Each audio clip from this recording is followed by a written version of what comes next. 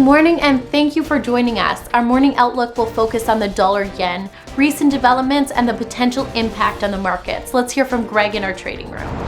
The dollar-yen pair has traded sideways in the last session. The ATR has diminished into the low volatility zone. Bitcoin has fallen 9.9% in the last 3 sessions. The ultimate oscillator is sinking into the positive zone. The price of gold has lost 0.3% in the last session. The ADX has receded into negative territory. The price of crude oil has fallen 1.7% in the last 3 sessions. The stochastic RSI has shot up into the overbought area. Thank you. Moving on to the latest updates in world financial news.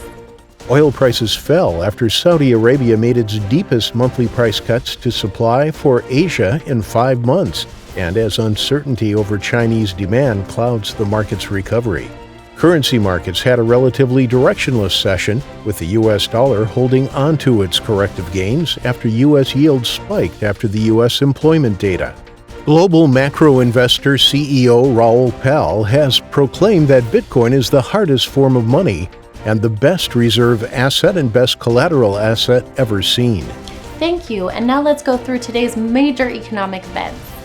The Swiss unemployment rate will be released at 3:45 GMT, the Japanese machine tool orders at 400 GMT, the U.S. MBA mortgage applications at 900 GMT, the U.S. Red Book at 10:55 GMT, the Canadian BOC interest rate decision at 1200 GMT, and the U.S. API weekly crude oil stock at 1830 GMT. We hope that you've enjoyed today's market outlook. On behalf of all of us here, we wish you a productive trading day. Be sure to join our next review for the latest news and events from the financial markets.